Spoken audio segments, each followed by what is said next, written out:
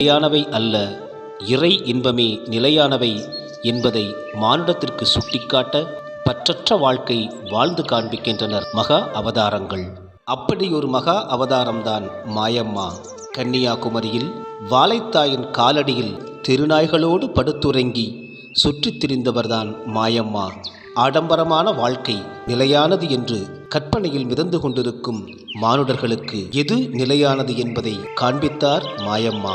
எந்த ஒரு தகவல் தொடர்பு சாதனமும் வைத்திராத மாயம்மா கன்னியாகுமரியில் அமர்ந்து கொண்டு சிந்தித்தால் திருவண்ணாமலையில் இருந்த யோகி ராம் சுரத்குமாருக்கு புரிந்தது.